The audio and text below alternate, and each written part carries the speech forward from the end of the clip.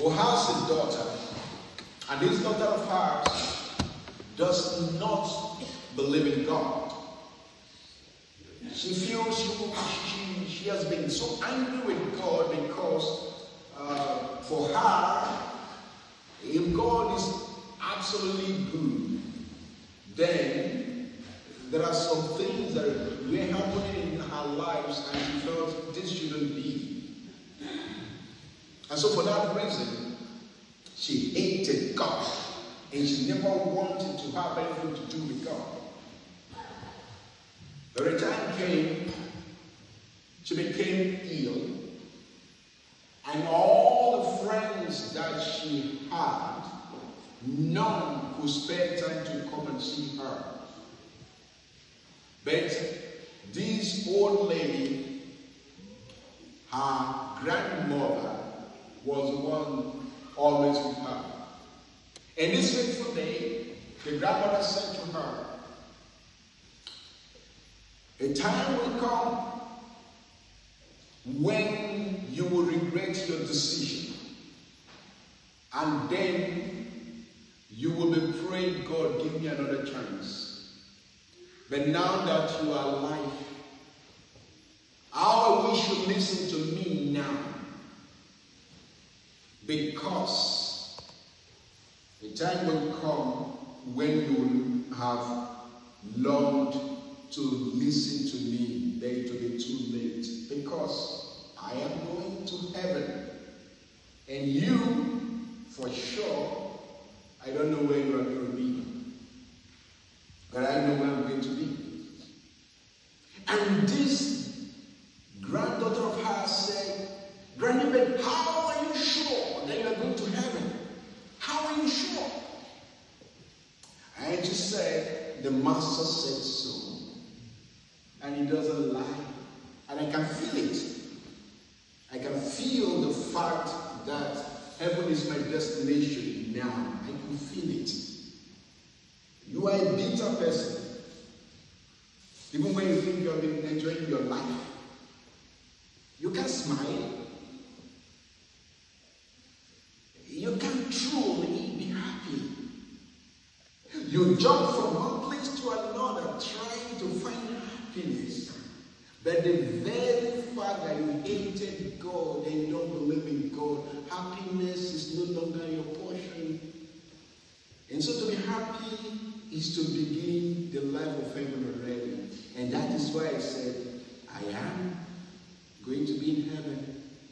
But then I'm going to pray for you anyway.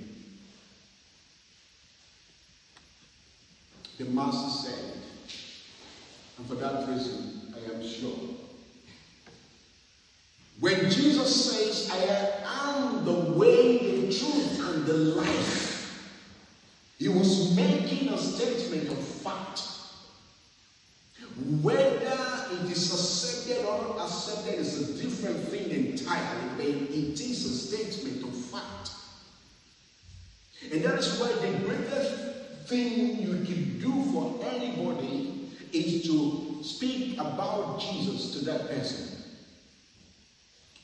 But most times we are not open to speaking about him. And the reason why we are not open to speaking about him is because we don't know how the other person is going to perceive what we are going to say to him or her. And for that reason, we are afraid to talk about Jesus. For that reason, we are afraid to let people know that Jesus is truly the way, the truth, and the life.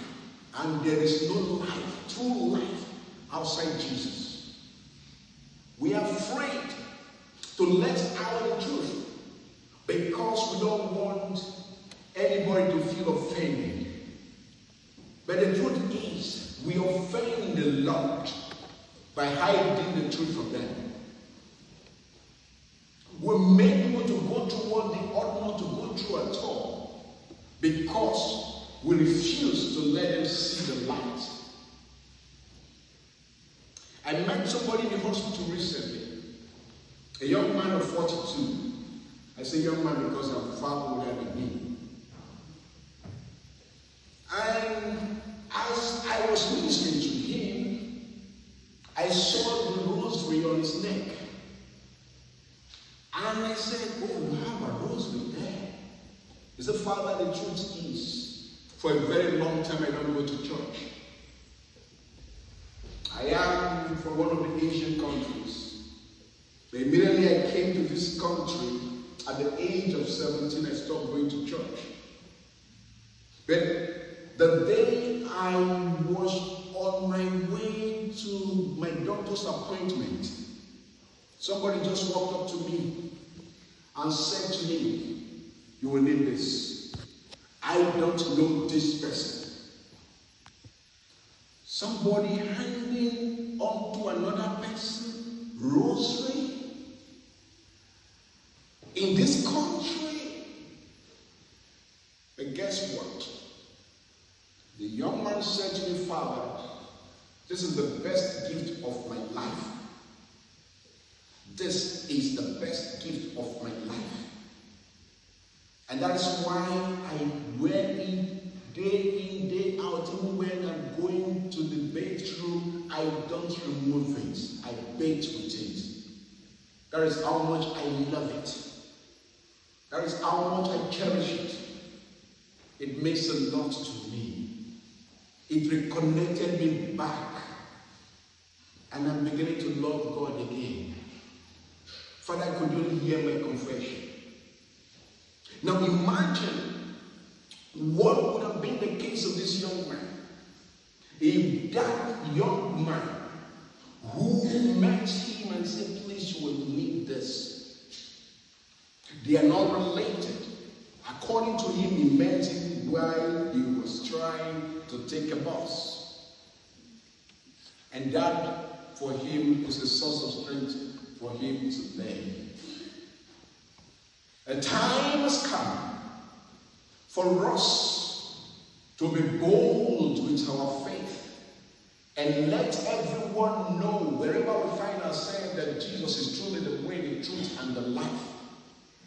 And life outside Jesus is a life of crisis, a life of commotion, a life of confusion. A time has come for us to be bold enough to begin from our own family and begin to say, please, if there is anything that I wouldn't want you to miss in life, that should be Jesus. Because a life outside Jesus is a life of waste.